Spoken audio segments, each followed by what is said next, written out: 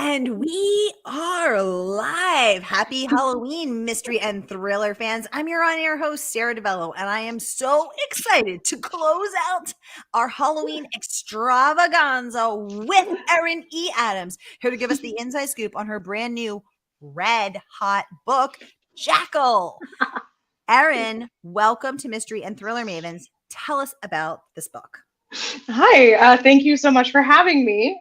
So Jackal is my debut novel. It is about a young Black woman named Liz who returns to her hometown in the Rust Belt after many, many years away for many different reasons. But her best friend's going to get married, so she's going to tough it out for like 36 hours, boom, boom, in and out, that's it. At the ceremony, her best friend's young daughter, Caroline, vanishes. She goes missing. Liz and everyone in the town starts this massive search for the girl, and as things are uncovered, Liz realizes that there's a series of missing children in her hometown, and they're all girls, they're all Black, and something has been going on for at least generations. So now she has to figure out what in the world is going on before it's too late. Well, just like that, you hooked us good, and we're going to get into all the delicious details because we got a lot to talk about. So first, I just want to welcome everyone. We are broadcasting live to 7 destinations across Facebook and YouTube. So no matter where you're watching from, you're in the right place. This is the right time. And it is the Mystery and Thriller Mavens Halloween extravaganza. We're going to get on into it. I got one more surprise and prize to give away today. So stay tuned for that.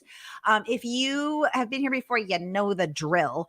And if you're new, we're so happy you're here. Welcome. Here's how it works. Every Monday for hashtag Mystery Monday, because you know Mondays can be murder, I give you my hand-picked featured authors, and you get to ask them anything. So ask Erin about her acting background, how it informs her writing. She's working on book 2, what she learned, where did the story come from, why this book, why now, what's her creative process. We got a lot to talk about.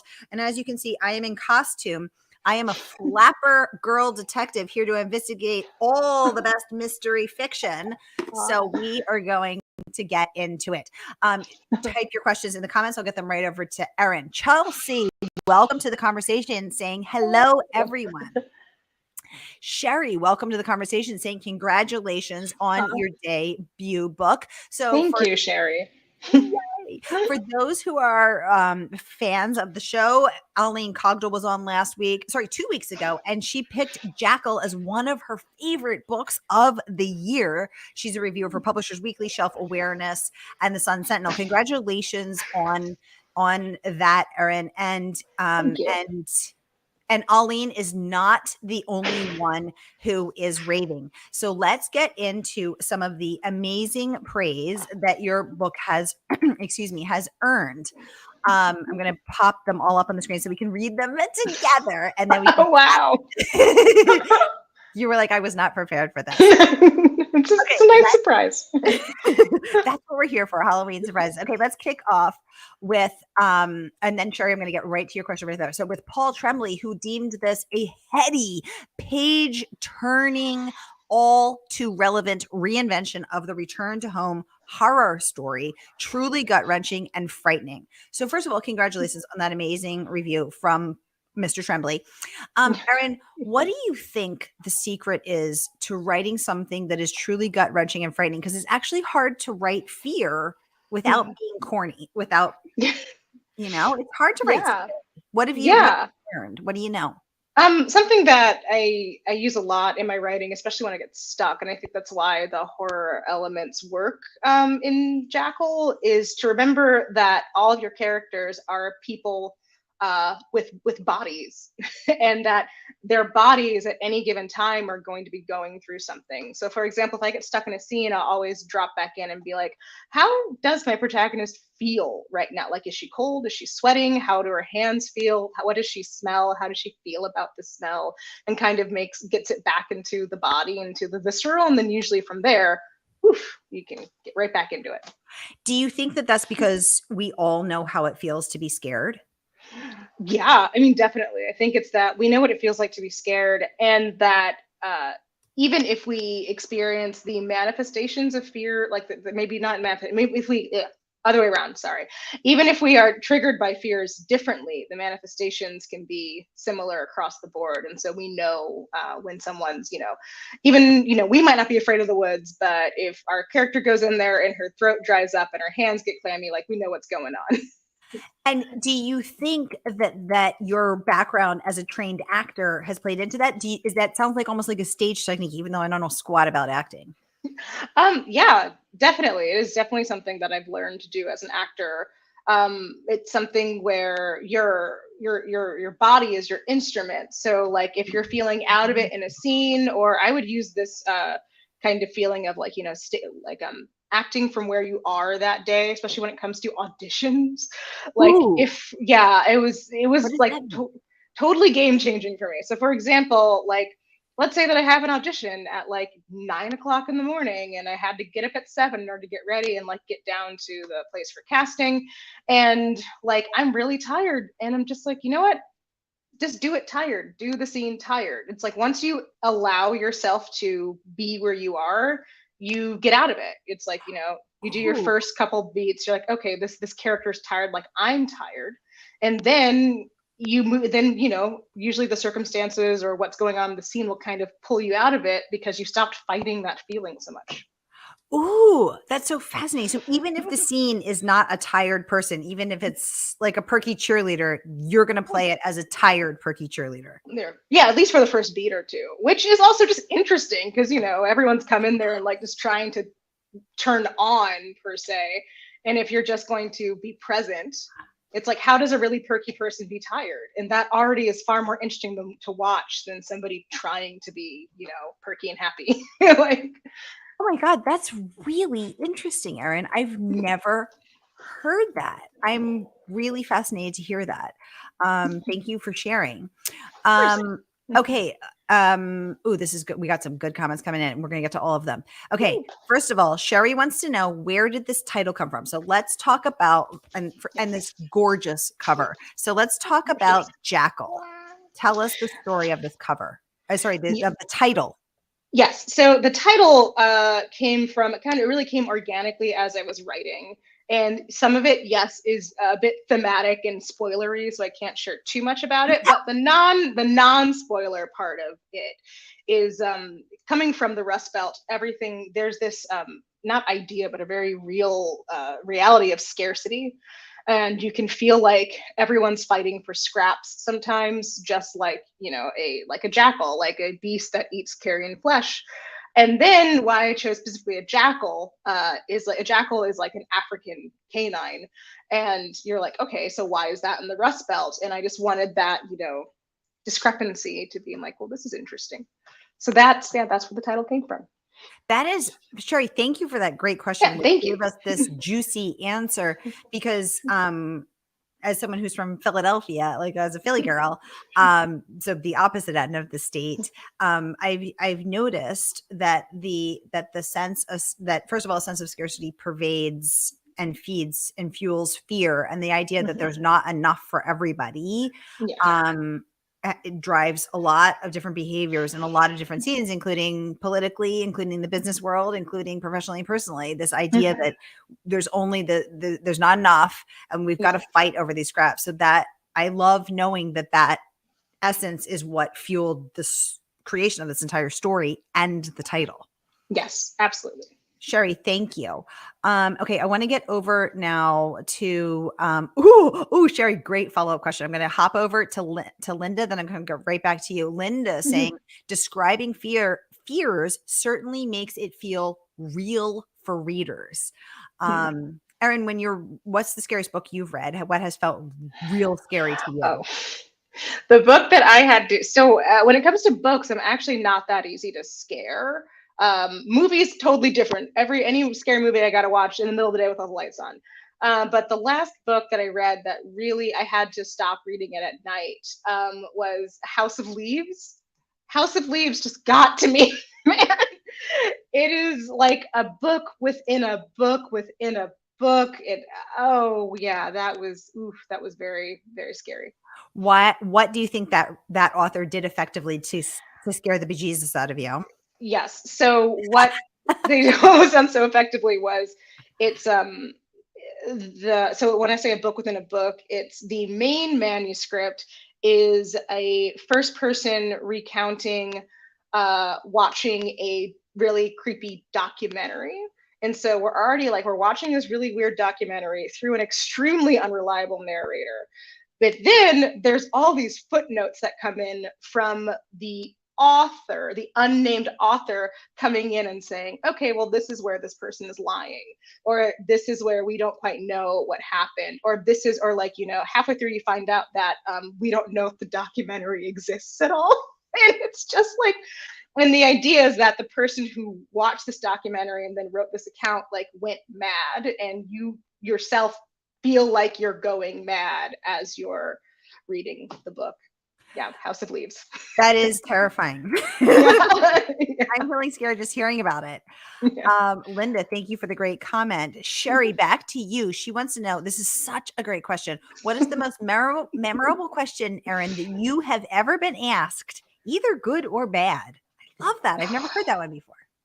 Oh man, now I'm thinking. I was like, what? Sherry's got us stumped. Oh, okay. It was be like, what's the most memorable currently? Oh, this was fun though. Here's a fun question I think that I wasn't expecting.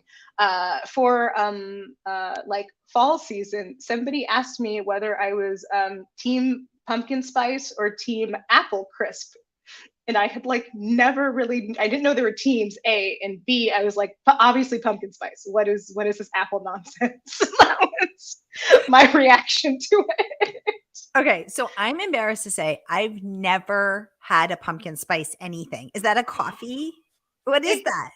So it's like it's just a bunch of fall spices like nutmeg and cinnamon, and like it's the spice that you would put into a pumpkin pie, but because we love maximalism, it's in everything now. It's in lattes, it's in scones, it's in like beef patties, it's in like the amount of pumpkin spice that is out in the world right now is embarrassing, but most of it is delicious. But I will admit, I'm a person that if it has pumpkin spice, I will probably try it, even if it probably should not have pumpkin spice.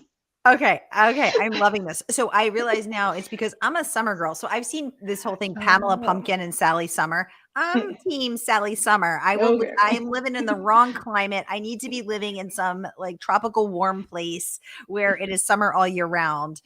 So I resist and resent the fall. I do not go gently into that good season. So that is probably why I don't have the pumpkin spice. But now I'm going to go have a pumpkin spice because you said it's your favorite, Erin. So I got to know what you like. I got to see what all the hype is about. Oh my gosh, Anissa Joy, welcome back. Welcome to the conversation. So Anissa's an amazing bookstagrammer and librarian. There she is with Wanda Morris. We were just talking about. Anissa was on the event with Wanda and then went to meet her at her in-person event. Anissa, thanks for hopping on. She wants to know, let's deep dive a little more into the cover. Was this the first cover that you were given? Let's hear the story of the cover because it's so arresting. Yes. It's so beautiful. It's incredible. So the story of the cover, pretty early on, they asked me to send over like just images, and I am a Pinterest girly, so I had like a Pinterest board like 99 pins deep of just images, and so I sent that over.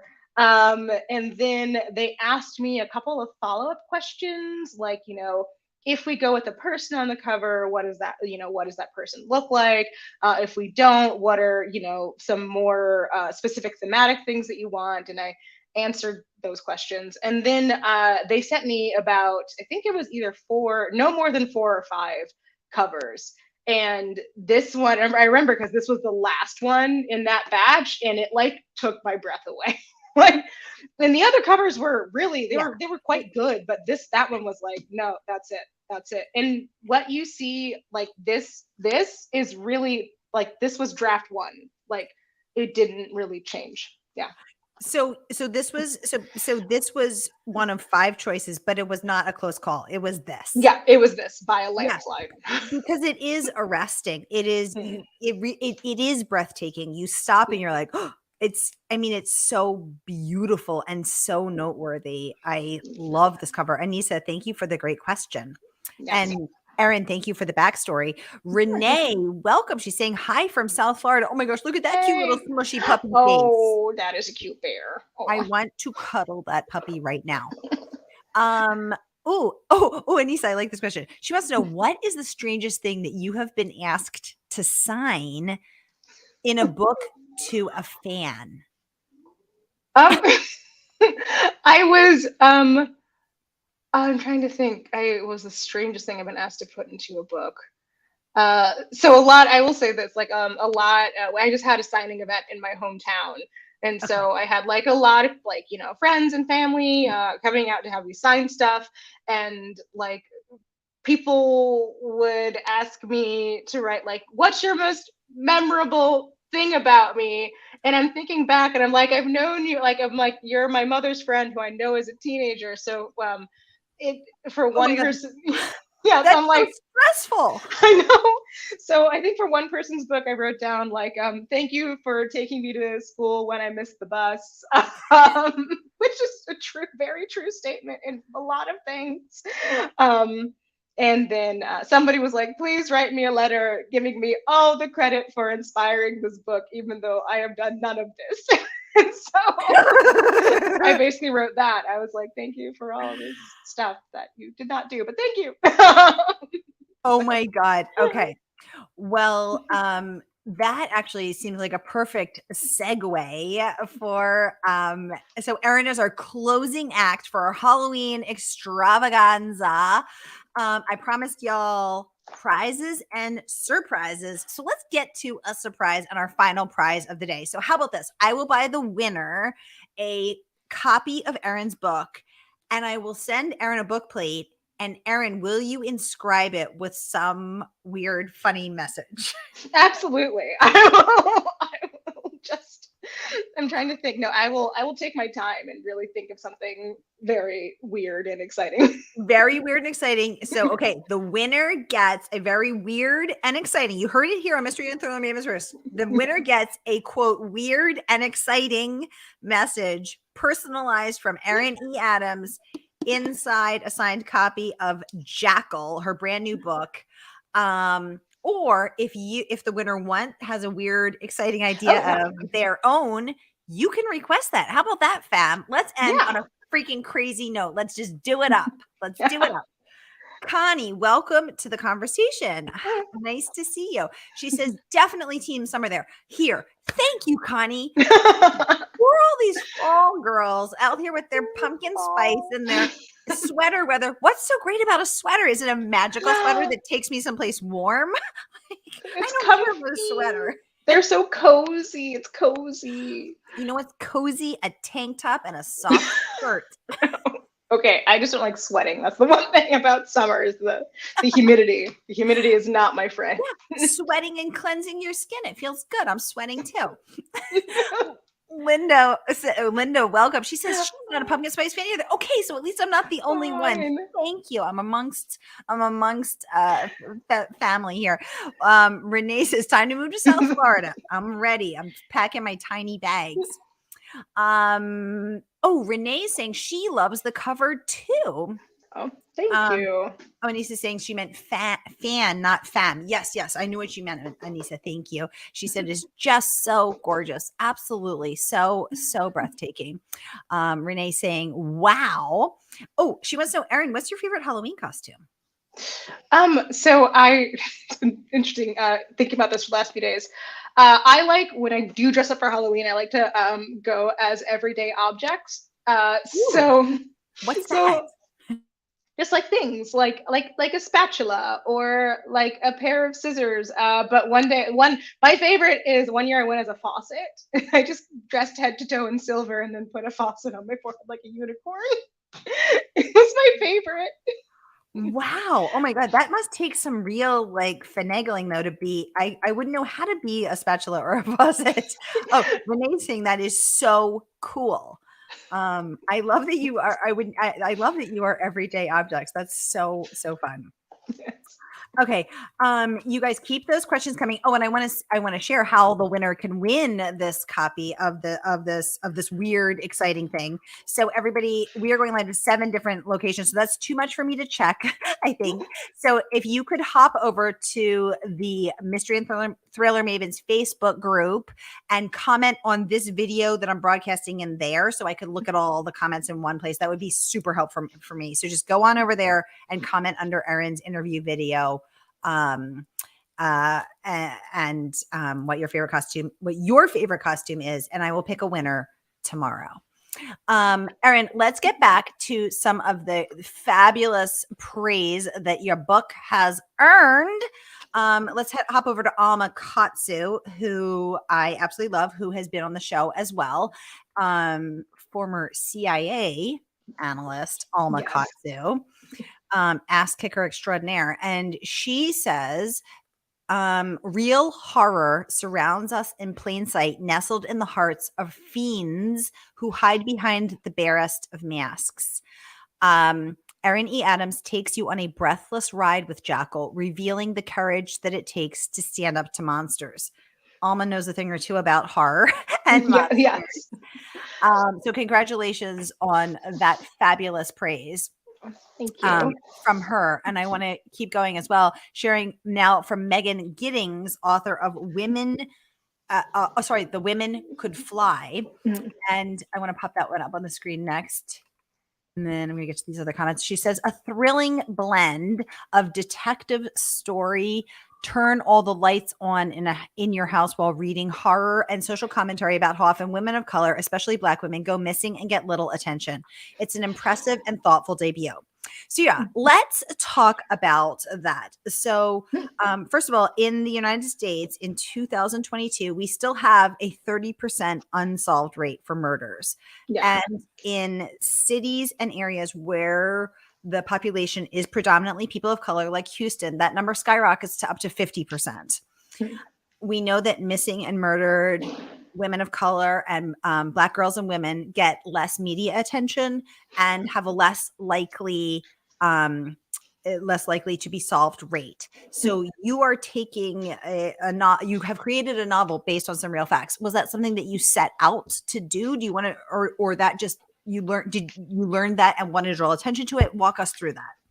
Yeah. So Jackal started as in my attempt to make an urban legend or like some folklore. And what I especially love about urban legends is how they come out of usually a community dealing with a massively tragic event, and it's how they cope. It's how they try to explain the unexplainable.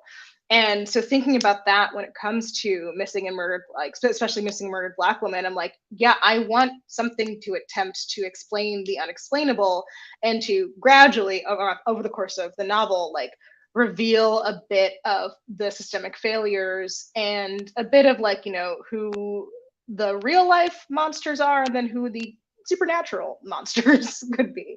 So yeah, just something that I knew I wanted to work with and write about from the very beginning.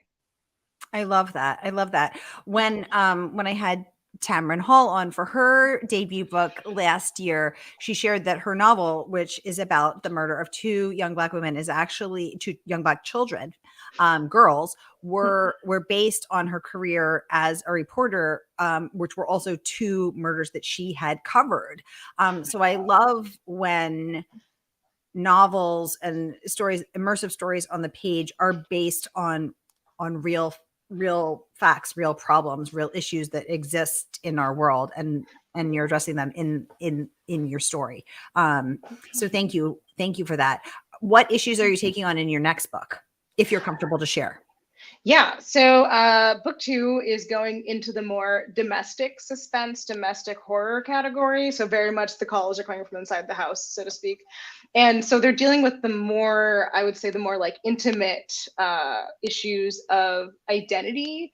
And especially when it comes to, it's dealing with a family that's immigrated to the United States from Haiti. And basically what it boils down to is, what have they given up to become American? What do you gain by becoming American, and what do you lose by becoming American? I love that. Now, were you able to draw on your own knowledge of Haitian culture and to infuse that truth into the page? Yes, absolutely. It's been really interesting. Jackal was kind of like well, not kind of, it was totally a bit of a research project into my hometown, and through that research, I uncovered some stuff that I didn't even know for growing up there. And this book has been more of a research into, I don't like. Not into my own family per se, but into families like mine. Hmm. And that's been really fascinating and interesting. Yeah, but a lot of it is based on, like, drawing from some of my experiences, some of my family's experiences, all of that. Yeah. I love that. Again, because it's just so much richer when it's drawn from the author's personal experience. Excuse me. Renee saying your next book sounds incredible too. Oh, Absolutely, right? thank you so much. I hope so. It's like, I hope. Yes, yes. I want to get over to this review. Vicious, sharp, inventive. Jackal grabbed me by the throat. I see what she did there and wouldn't let go. Erin E. Adams lures readers deep into the woods with electric prose and then cuts through the dark with a monstrous and haunting tale. Deb Rogers, author of Florida Woman. Congratulations on that review. Y'all, I want to remind you that the book is out and you can grab a copy right here from our favorite woman-owned bookstore, Murder by the Book.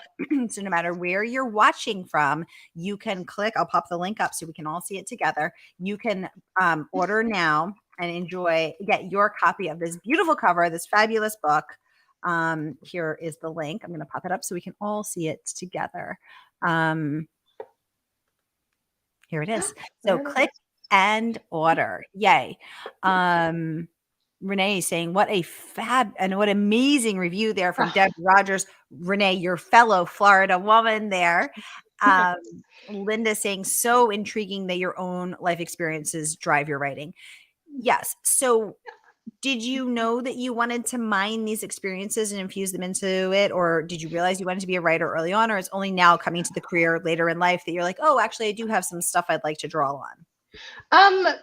Like a bit of both. This is a very interesting turn that's happening in my life, because I've always written, like I've always written. My first degree is in literary arts, but it's something that I always did for myself and was very personal. And for years, a lot like professors and friends and writers groups been like, you need to, get your stuff out there. And I'm kind of like, oh, I don't know. I just feel, I feel like, oh, I don't know. And like, as I sort of made the turn to be like, no, I think I want to try, being a writer. I realized that I was really afraid of it for a while. I was afraid of taking on the title of writer. In some ways, it was easier being an actor. I don't know what that says about me, but yeah, it was. But now that I'm here, I'm very much enjoying it. And I know one of the big pushes that like helped me start to get my stuff out there is I always want to write, the books that I either don't see in the world or don't see enough of in the world. And I'm like, I just want more. I just want more, Yes, exactly. Because everyone deserves to see themselves on the page, on the stage, on the screen, on the billboard, the big screen, the little screen, the golden screen, the silver screen. Yeah. And everybody deserves to see their stories and people who look like them and people who share their stories and people who don't share their stories, so you have a chance to walk in other shoes. And that's I think that's part of writing and reading. I totally relate with what you were saying. I still struggle to say I'm a writer. It feels so brave and bold and vulnerable and terrifying and all of those things. And what's interesting to me is that I thought all this time it was because when you enter a creative career that is also a highly competitive career, that's why it's hard. But now I'm questioning that because you were all in a equally, if not more competitive career of actor, and it still felt hard to you to say writer. Why do you think that is? Well, I would say, at least, I mean, again, there's ample time for this opinion of mine to change, but I find that, I don't know, I feel like there's just like, I find a little less competition when it comes to writing, because you're always your biggest competition is yourself. Like Ooh. it's like you have to do, it's like looking in, whether the infamous, book 2 mountain is like, you have to, who you're in competition with most directly at that point is yourself. And I find that really, it's refreshing, because I feel like in acting so much, it's like, oh, you're like so and so, and you're in competition with so and so, and I'm like, I don't really want to focus on so and so's career. I want to focus on my career. And so, for better or worse, when you're a writer or when you're a creative who is fully making your own work, it's up to you. It's down to you to get the words on the page and the pages finished. And it's hard. It's its own level of its own difficulty. Don't get me wrong, but I really prefer it. But yeah, I don't. But I still think it was hard to go over to writer. I think because of that level of responsibility. Like, it is, it's on me if I meet this deadline. Like, it is no one else's fault. It is all me. Interesting. Ooh, good question. When is your favorite time to write? Yeah. Do you rise with the sun? Do you write by moonlight? What's it look like over there, Erin? Are you sitting with your dog? Like, tell us. I found my rhythm, like when I went before grad school, and then when I wasn't in school. I like working from 3 p.m. to 11 p.m. 3 to 11. That's my late afternoon into the evening. That's when I'm like the most productive and all that. I get up, relatively early to walk my dog, but it takes my brain a while to like get going in the morning. So yeah, me too. And it's so interesting because I'm also a night person, and I write also best in those hours. And it's so interesting because I just, hosted Lisa Unger 2 hours ago, and she was saying that she, that a large theme of her book is genetic testing, like 23andMe DNA testing. And I was saying, yeah, I did it. And it told me I was, I was a night person, correctly so. Like, it was right. It was like, you are a night person. You like salty foods over sweet. It was eerily accurate. And I really think there's actually nothing you can do about it. It's genetic, which is fascinating. Oh, Renee wants to know what kind of dog you have. Tell us about the puppy. Yes, my dog. Her name is Thisbe. She is a little Boston Terrier. So she has she makes lots of little grunts and snorts and stuff, and has little ears that just show all of her emotions. Yeah. Oh, and what is the history of the name Thisbe? So Thisbe is a really deep Shakespeare reference. It is the name of the play that's performed by the Rude Mechanicals in Midsummer Night's Dream. It's the most excellent tragedy of Pyramus and Thisbe. Oh my God, I love it. Renee says she sounds adorable. I know. We need how about this, Erin? When you come back for book 2, Thisbe can be your co-pilot, like on a little school, your co-host. She's off taking a nap right now, but yeah, usually she would be like under me, and usually randomly when I talk, you would hear little grunts and snorts, and I'm like, that's right, because their noses are smushed, so they are very like snorty, grunty. Yeah, she's very vocal, even when she doesn't mean to be. It's really sweet. Like, oh my God. Okay. So when you come back next year, I'll have Pelu right here, and you have Thisbe, and it'll be the 4 of us. Oh my God. Yes. Okay. Who's in for that? Who's in for that? Oh, what a perfect note to end on. I love this. I love this question. How did you celebrate finishing your book? So I remember, I finished, I did final delivery. I got up with the sun, finished reading the last act for the up 10th time. And then I sent it to my editor, and then I live near Milk Bar. And so I went to Milk Bar, and I got some Milk Bar pie. I don't want to know what's in that pie. It is just delicious. And I got a slice of Milk Bar pie and the cereal ice cream, and just ate that in the park with my dog right after I hit send on that email. So that's how I celebrated. Yes. Oh my God, I love it. I love it. So you rose with the sun, and you ate breakfast for ice cream. Yeah, ice cream for breakfast. Ice cream for breakfast. Yeah. Oh my God, I love it. I love it. That sounds with Thisbe. Yes. Yes. Okay, I absolutely love it. That sounds so good. Thank you for the fabulous question. Renee, you had amazing questions. You should be doing interviews. These are such fun questions, which led us to really great answers. Oh, and Renee saying she likes the idea of the four of us and our two dogs hosting. Awesome. Great. Renee, you're in for next year. Okay.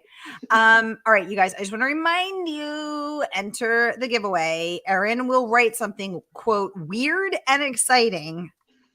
Please post what she shares, because now I want to know. I know I'm not going to get to see that. So enter to win. And again, remember, weird and exciting. So hop over to Mystery and Thriller Mavens and enter to win. And then you can request your own weird and exciting, or you can have Erin's weird and exciting. The weird and exciting is up to you. Yes. All right, y'all. That is a wrap on this Mystery Monday, Mystery and Thriller Mavens, Mystery Monday Halloween Extravaganza, closing out with the incredible Erin E. Adams, author of the debut novel Jackal. Erin, thank you so much for coming in to chat with us, giving us the skinny. Thank you to all of you, many of whom spent the entire day with me doing back-to-back interviews. So great to have you, and I will see you next week. Have a great night. Yeah, have a good evening, everyone. Thank you.